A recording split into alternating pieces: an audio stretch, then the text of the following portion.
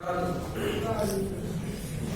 لله رب العالمين والعاقبة للمتقين والصلاة والسلام على أشرف الأنبياء والمرسلين وعلى آله وأصحابه أجمعين أما بعد فقال النبي صلى الله عليه وسلم إن الله يرفع بهذا الكتاب أقواما ويضع به آخرين. محترم حکم مشفق اساتذہ کرام اور میرے ہم ساتھیوں، میں آج سالانہ جمعہ میں اس موضوع کے تحت چلو گشائی کروں گا، وہ ہے قرآن کریم سے مسلمانوں کی بڑھتی ہوئی دوری. سامعین کرام، قرآن کریم میں طرف معارف و حکم، مواعظ و عبر کا ایک پہلے بے قرار اور رہتی دنیا تک پوری انسانیت کے لیے چشمے فریاد ہے، تو دوسری طرف فصاحت و بلاغت، کلام و بیان، عدل و لغت کا وہ شاہکار ہے کہ جس کے سامنے بڑے بڑے خطبہ و ماہرین فن گھٹنے ٹیک کر اپنی بے وضاحتی اور بے معنی کا اعتراف کرنے پر مجبور. یہ اللہ تبارک و تعالیٰ کی وہ آخری کتاب ہے جسے اللہ رب العزت نے اپنے آخری نبی سرور کونین صلی اللہ علیہ وسلم پر نازل فرمایا اور دیگر آسمان کتابوں کی برعکس اس کی حفاظت کی ذمہ داری خود لیتے ہوئے فرمایا انا نحن نزلنا الذکر وانا له لحافظون. محترم دوستو، یہ وہ کتاب ہے جس کو اللہ رب العزت نے تمام مسلمانوں کے لیے ہدایت اور شفا بنایا. وَنُنَزِّلُ مِنَ الْقُرْآنِ مَا هُوَ شِفَاءٌ وَرَحْمَةٌ لِلْمُؤْمِنِينَ. اور مزید فرمایا شهر رمضان الذي أنزل فيه القرآن هدى للناس وبينات من الهدى والفرقان. اللہ تبارک و تعالی نے اس آیت کے اندر قرآن مجید کو ہدى للناس سے تعمیر کیا.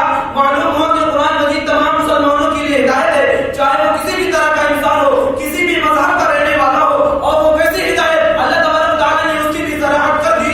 وبينات من الهدى، اس کتاب سے جس کا تعلق ہو گیا وہ تمام لوگوں میں ممتاز ہو گیا. اس کتاب کو جو فرشتہ لے کر آیا وہ فرشتہ تمام فرشتوں میں افضل. قرآن نے اسے روح الامین کا خطاب دے دیا. یہ قرآن جس نبی پر نازل ہوا وہ نبی تمام نبیوں میں افضل. قرآن نے اسے وما ارسلناک الا رحمۃ للعالمین کا خطاب دے دیا. یہ قرآن جس مہینے میں نازل ہوا وہ مہینہ تمام مہینوں میں افضل. قرآن نے اسے شهر رمضان الذي انزل فيه القرآن کہہ کر اس کی رحمت کی جانب اشارہ کیا. یہ قرآن جس رات میں نازل ہوا وہ رات تمام راتوں میں افضل. قرآن نے اسے انا انزلناه في ليلة القدر اور انا انزلناه في ليلة مبارکہ کا خطاب دے دیا.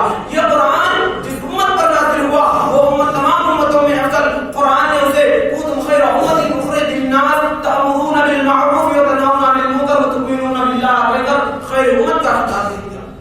لیکن افسوس کہ اتنی ساری فضیلتیں ہونے کے باوجود آج مسلمانوں نے قرآن کو طاقت کی زینت بنا لیا، اس کو بے فائدہ سمجھتے ہوئے اس کی دوری اختیار کر لی. حالانکہ میں اگر یہ کہوں کہ کائنات کے اندر اگر کوئی ایسی کتاب ہے جس میں انسانی زندگی کا نظام مکمل ضابط حیات موجود ہے تو میں یہ کہنے کا حق رکھتا ہوں کہ صرف اور صرف قرآن مجید ہے. کیونکہ اللہ رب العالمین نے قرآن مجید کے اندر ارشاد فرمایا یہدی بہ اللہ من اتبع رضوانہ سبل السلام ویخرجهم من الظلمات الى النور باذنہ ویہدیہم الی صراط مستقیم.